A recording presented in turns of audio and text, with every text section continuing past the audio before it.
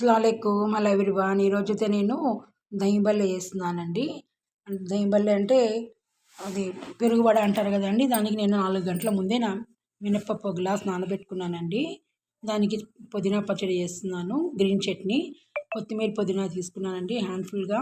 ఒక 4 నుంచి 5 పచ్చిమిర్చి మీ కారం తగ్గట్టుగా తీసుకోండి. అలాగే ఒక స్పూన్ కల్లుప్పు వేస్తున్నానండి. 2 వెల్లుల్లి వేస్తున్నానండి, తెల్లగడ్డ అంటారు కదా అది వేస్తున్నాను.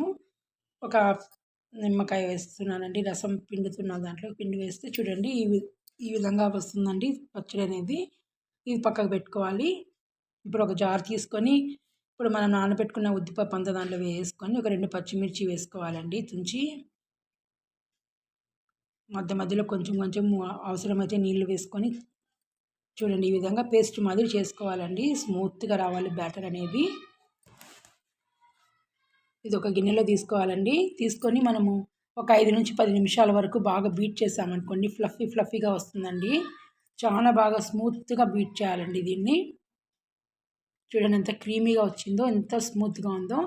ఒక గిన్నెలో వాటర్ వేసుకొని చూడండి అలా వేయంగానే పైకి తేలుతుంది చూడండి. బాల్ మాదిరి అలా పైకి వచ్చేస్తుంది, దూది మాదిరి వచ్చేసిందండి.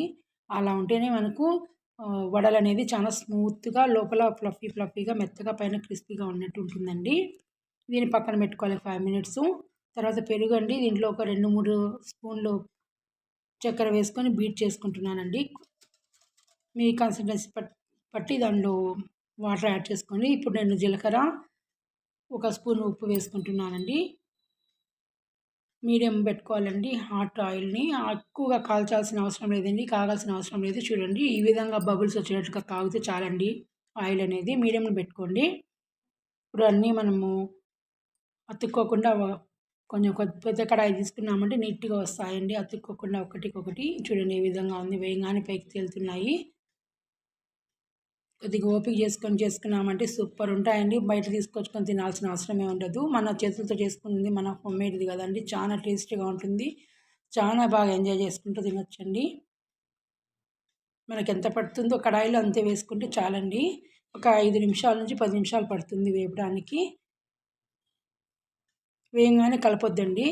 కలిపినామంటే అది కింద అతుక్కొని ఉంటుంది కదండి, అదే రిలీజ్ అవుతుందండి ఆయిల్లోంచి పైకి, అవే వచ్చేస్తాయండి. కొద్దిగా ఓపిక చేసుకుంటే సరిపోతుందండి. చూడండి బాగా ఉడుకుతున్నాయి. ఇంక నేను కలుపుదాం అనుకున్నాను, కానీ ఒక 2 నిమిషాలు వదిలి మళ్ళీ చేస్తామని ఆగాను.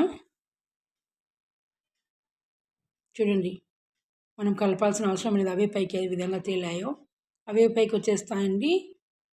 ఈ విధంగా మనము ఊరికే అలా కదపాలి. ఎక్కువగా కలిపామంటే అవి విరిగిపోయే ఛాన్సెస్ ఉంటాయి, మెత్తగా ఉంటాయి కదండి. ఈ కలర్ వస్తే సరిపోతుందండి మనకు. ఈ కలర్ రాగానే మొత్తం తీసి పక్కకు వేరే ప్లేట్లో పెట్టుకోండి.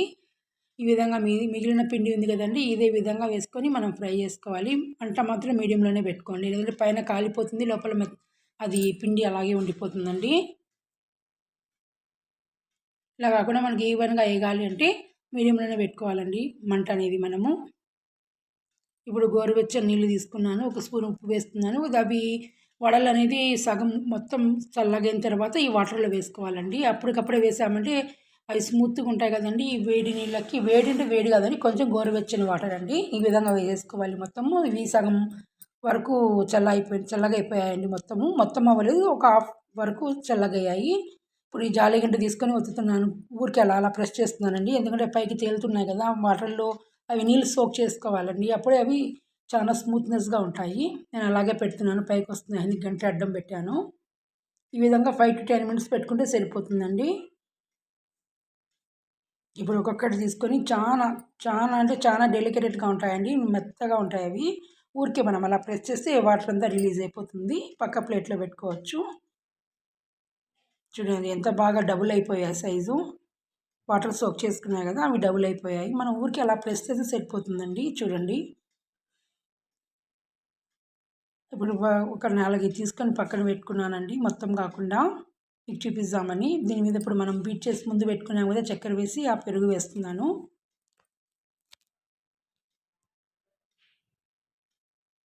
ఒక 4 చెంచాలు వేస్తే సరిపోతుందండి దీనికి, మనకు ఎక్కువ వేసుకోలేదు. ఒక 5 వడలు తీసుకున్నాను నేను.